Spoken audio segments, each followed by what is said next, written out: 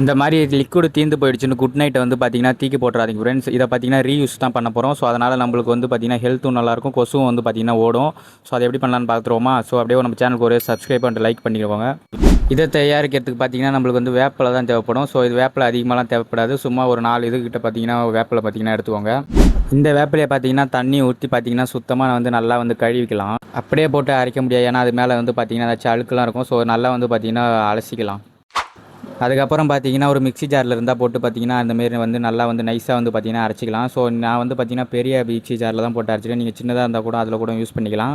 Next அதுக்கப்புறம் பார்த்தீங்கன்னா அடுப்பு வந்து பற்ற வச்சுட்டு அதில் வந்து பாத்திரத்தை வச்சுட்டு பார்த்தீங்கன்னா நம்ம அரைச்சதை வந்து ஊற்றி நம்ம வந்து பார்த்தீங்கன்னா ஒரு 10 மினிட்ஸ் அளவுக்கு பார்த்தீங்கன்னா வந்து கொதிக்க விட போடணும்.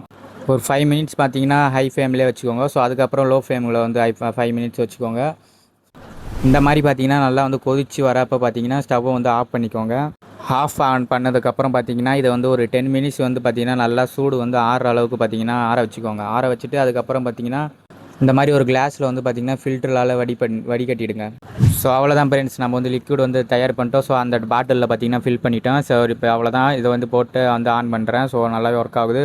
ஸோ இதனால் பார்த்தீங்கன்னா நம்மளுக்கு கொசுவும் போகும். ஸோ நம்மளுக்கு வந்து பார்த்தீங்கன்னா எந்த சைடு எஃபெக்ட்ஸ் எதுவுமே வரவே வராது. ஸோ தேங்க்ஸ் ஃபார் வாட்சிங். Bye guys.